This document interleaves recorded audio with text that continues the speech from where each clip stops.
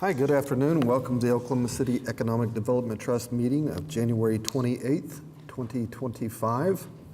We'll now call the meeting to order. Item 2 on the agenda is approval of the minutes from the December 17th, 2024 trust meeting. We'll go ahead and take a motion in a second. We have a motion and a second.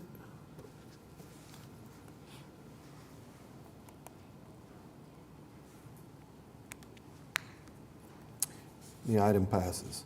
Item 3 on the agenda is the ratification of claims for December 2024. Take a motion and a second on that item. Please vote. That item passes as well. Item 4A on the agenda is the amendment number 1 to the Economic Development Agreement with One Red Oak LLC for the Harmony School Residential Multifamily Affordable House Project. Mr. Sudol. Thank you, Mr. Chairman. So this is a project that is building some affordable units and some other units, and it's just about complete. What we needed to do is we have the ability to do an administrative extension of time on this, and which was executed during COVID and the pandemic. Had some other little delays, some of which are really related to, city permitting and things too. So this is just something that needed to go ahead and amend the agreement to extend this extension to the end of February of 25, but this is largely completed. So this is just administrative in nature, making sure we can conform to the agreement. Any questions? All right, we can go ahead and take a motion. We have a motion and a second. The item passes. Item 4B is amendment number 1 to the Economic Development Agreement with the Community Enhancement Corporation for the Mount Vernon Affordable Housing Project. Mr. Sudol. Thank you, Mr. Chairman. So this one's a little bit unusual, so I want to kind of explain what's happening here. This was a $600,000 GOLT affordable housing allocation. I believe this was our first one we ever did. Normally, our agreements have that, as part of that forgivable loan structure, you've got to maintain affordability for 20 years. This one did have a provision that allowed, and this is with Community Enhancement Corporation, which is an arm of the Housing Authority. So this did have a provision in it that allowed that Mount Vernon project, which is what the funds went toward, that it could be sold. And if it was sold, that basically the affordability period and all the other requirements could be transferred to other units. So they're in the process of selling this. We've got about 4-ish years or so into this, so they'd have to find additional new units to put, that 16 years or so, whatever the exact number is, on those. So there's really two things here. This allows us, they already have the right to do this. This allows us to sort of pause the period between when they sell and close and provide the new units. It also requires them to provide in the current property, go ahead and continue providing the affordable housing to any residents that are there and in good standing until new units could be made available in the future. So again, we would still have our same requirement of affordability going forward on the new units, and I think Mark's here to provide any questions if you have further questions on the deal. Anyone have any questions? Comments? No, but since he got up, do you want to say anything?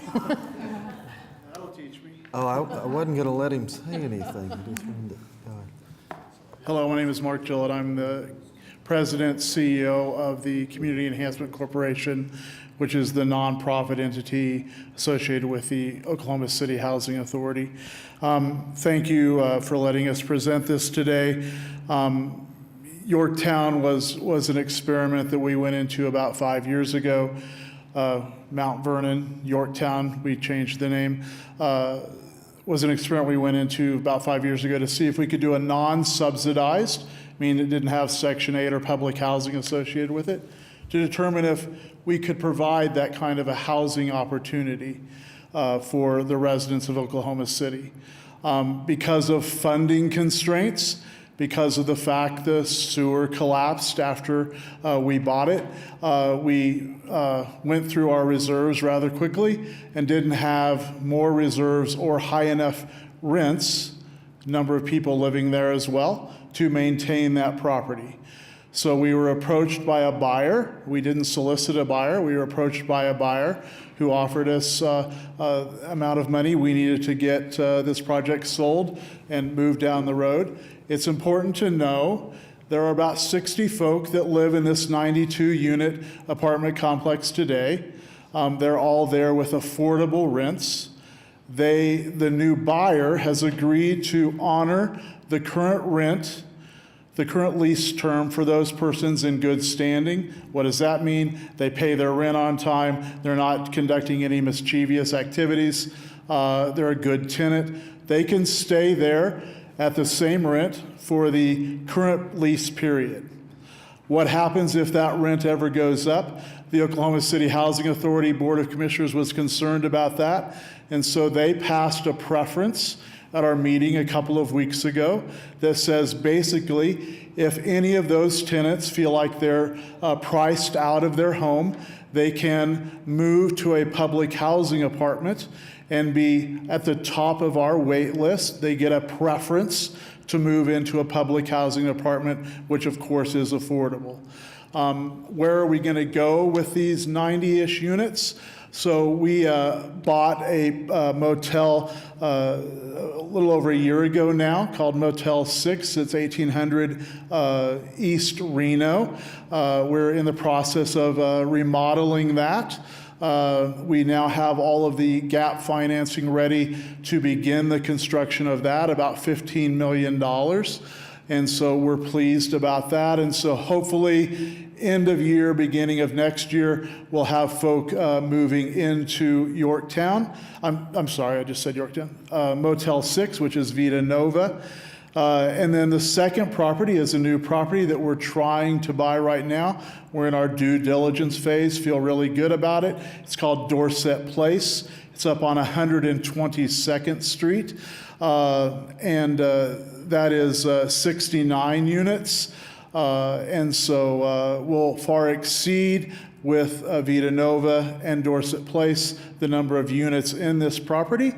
And Dorset Place will be a veterans housing program. So the VA has agreed to work with us to move folk in there. And then the motel Vita Nova will be those folks that are chronically homeless.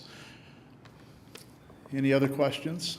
I guess the question, when Kenny talks about new units, replacement of new units, is that what you're talking about at the Dorset and the Motel 6? Yeah, so technically those are new affordable housing units in Oklahoma City. Okay. All right, thank you. Any other questions? No? All right, thank you, sir. Thank you all. All right, we can take a motion. We have a motion and a second.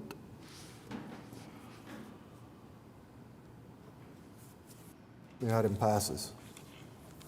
Item 4C, Assistance and Development Financing Infrastructure Agreement, the Oklahoma City Economic Development Trust, and Gary J. Randolph Construction Incorporated, doing business as Randolph Design Build to install alley improvements near Lower Scissortail Park, not to exceed $34,000. Mr. Sudol. Thank you, Mr. Chairman. So if you'll recall, we've done this a couple times where back in 2021, we allocated $500,000 to what we call the Ancillary Infrastructure Program, and that just did a lot of small infrastructure programs. We spent all that, so we did a new allocation last year, and so this would be an example of one of those coming forward. So in Lower Scissortail Park, it's down around about Southwest 13th and Harvey. This is something, if you go down there, you'll see a lot of kind of single-family homes being constructed down there. And this would go towards paying a portion of the cost of the alleys. And this is trying to encourage those single-family things to develop kind of in concert with the city's downtown development framework, which is a study. Things like houses should have alleys, they should limit the curb cuts on the front. So trying to just help the nature of that to develop in a way that the city had desired to do so. I think it has minimum requirements of development to happen on that. I think it's limited, max of $120 a linear foot for the alley construction, so that's what we're doing here. I think this is this the first one we paid out of the new $500,000 allocation? So with that, and I didn't know, was there any comments from the, I think I don't know, Mr. Randolph, I didn't know if you had any comments or you wanted to make. Good afternoon, thank you.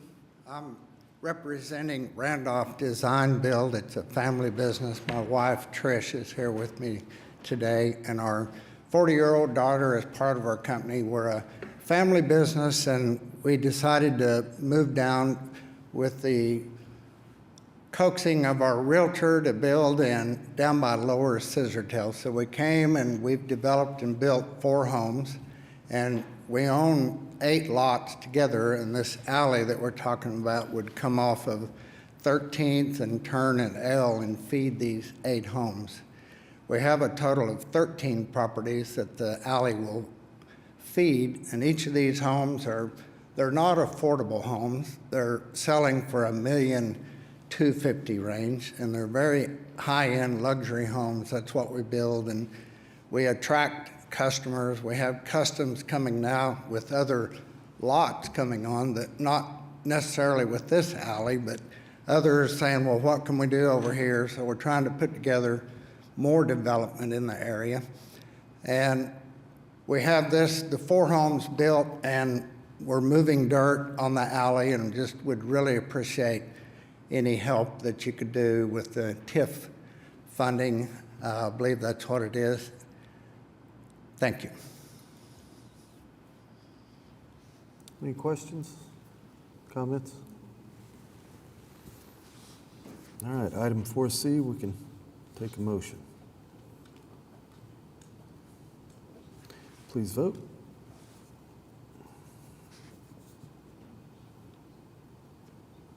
The item passes. Item 4D, subordination and intercreditor agreement between the Oklahoma City Economic Development Trust and BOKF, doing business as Bank of Oklahoma, and acknowledged by Fairground Flats Affordable Housing Development Project Economic Development Agreement. Mr. Siddle. Yes, so this is the Fairgrounds Flats, which were the 216 or so units over on May and General Pershing. Again, we have structured our affordable housing goal incentive as a forgivable loan, so we're the junior loan on the deal. They're going through the process of, and we funded that, I think, last July. So they're going through the process of converting their, construction lending into the senior permanent financing. So this is a subordination agreement, pretty standard. We always subordinate, and our original agreement says it will subordinate to the senior lender. So it's a big, complicated document attached, but it's basically a subordination agreement. Any questions on that? Is that entire project done over there? Yes, sir. Okay. I noticed it looks pretty good. All right, we have a motion and a second.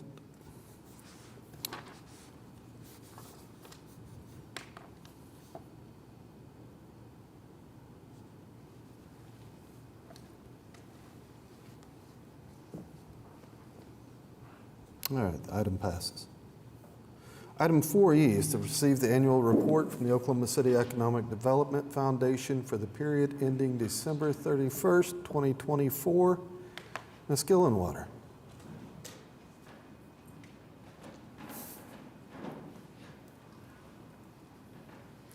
Hello, Mr. Chairman. Thank you for your time today. Trustees, Christy Gillenwater, on behalf of the Greater Oklahoma City Chamber, it is a privilege to come here and share with you our Q2 outcomes for our 24-25 contract in partnership together.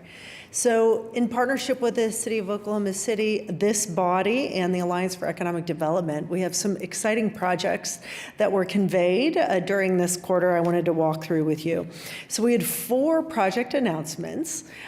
one of which that I'd like to highlight, and in fact, I always think, and we always as an entity focus on not only bringing companies in, that's what often people notice, but it's the expansion projects that we get really excited about. But of these projects, wanted to showcase a few of them, two of them in particular. One is a Danish company, and again, always look for those strategic foreign direct investment partners, and it's My Defense. They announced their new OKC office last quarter, and they provide military and defense companies with counter-drone technology. And excited to bring them in. 48 jobs was our announcement, and $1.2 million in capital investment. Meanwhile, we had an expansion project of a local company, REDW. They expanded their local footprint by opening up a new office, actually in Leadership Square, so downtown, which we obviously were excited to support. So up to 20 new jobs and average wage of $100,000 on that project. So in total, 4 new projects, and over the scope of those 4 projects, there were over 2,000 jobs involved and a capital investment of $26.4 million. Other notable activities this last quarter, we had 6 site visits, and of those prospects, there were several industries represented, in particular aerospace and aviation and the manufacturing sectors.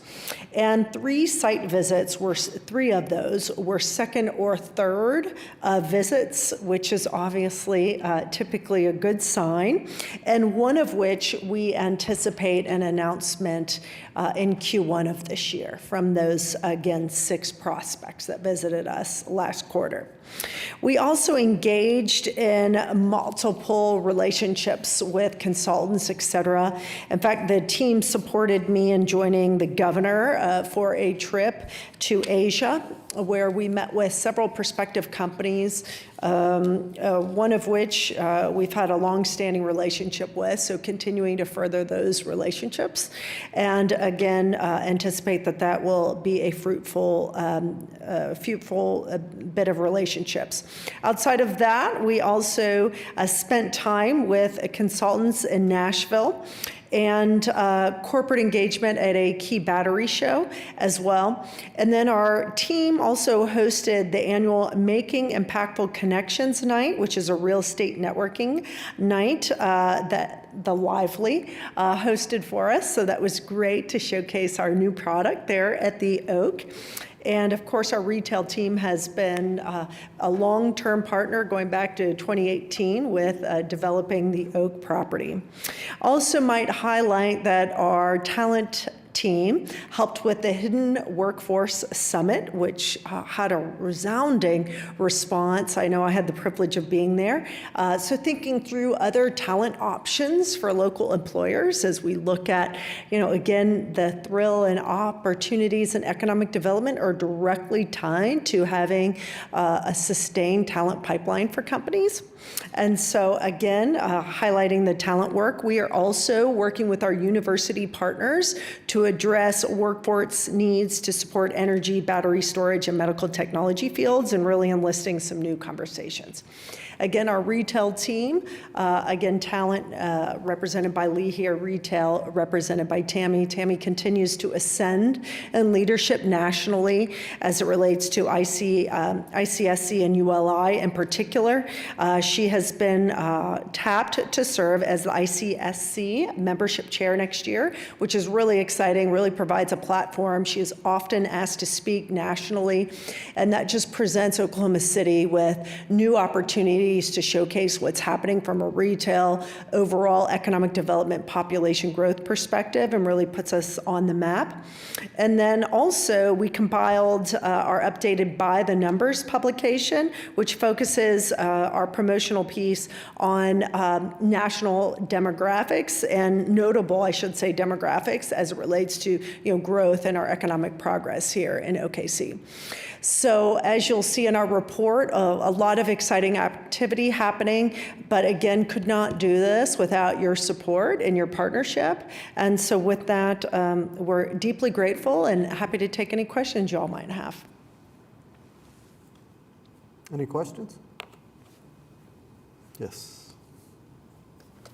I told you I'd ask you a tough one. Yes. No, 2 or 3 site visits, what's the average, if you will, on the protocol? No, that's a great question. And we have definitely seen an uptick and continue to have a really strong pipeline. In fact, we just found out today we have another site visit next week. So, I mean, 6 last quarter, that's significant. And again, you know, the goal is always to get to the second, the third visit, right? I would say on average, we're probably, Eric, do you have that number in terms of the last? Okay, we'd have to get that to you. But yes, 6 1/4 is very strong. That's awesome. Keep it up and bring them home, okay? Yes, that's All right. right. Close, close, close. Yep. We need the motion. And they're in our target industries, which is really important as well, to focus on, you know, industries that we want, the corporate culture that we want here in our community to sustain for long, obviously long into our future. You know, these companies are extremely notable in that regard as well. Great, thank you. Thank you, Council. We'll go ahead and take a motion. We have a motion and second. And the item is received. Item 5 on the agenda, the General Manager's Report. Sarah Box. Good afternoon, everyone. Sarah Boggs here. I just wanted to give you an opportunity to ask any questions on the general manager's report. I will note for you on the beginning fund balance for all of our funds is a little bit higher. As we're closing out fiscal year 24, we were able to get interest posted, so you'll see a little bit of a bump there. Any questions? Nope, thank you All right. very much. Thank you. All right, any comments from staff? Trustees? Any citizens signed up to speak? All right. In that case, item 7, we are adjourned.